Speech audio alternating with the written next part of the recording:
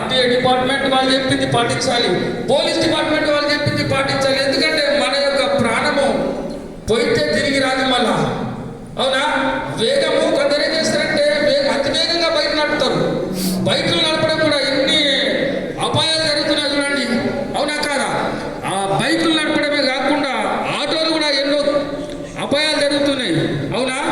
మితిమీరి పబ్లిక్ను కూర్చుండబెట్టుకుంటే ఏమవుతుంది చెప్పండి? ఏమవుతుంది? ఎక్కువ మంది ఒక 5గురు ఉండాలా, 6 మంది ఉండాలనుకో. అదే 10 మందిని కూర్చుండబెట్టి ఆటోలో కూర్చుండబెట్టి మనం డ్రైవింగ్ చేస్తే ఏమవుతుంది? అధిక లోడ్ అవుతుందా కాదా?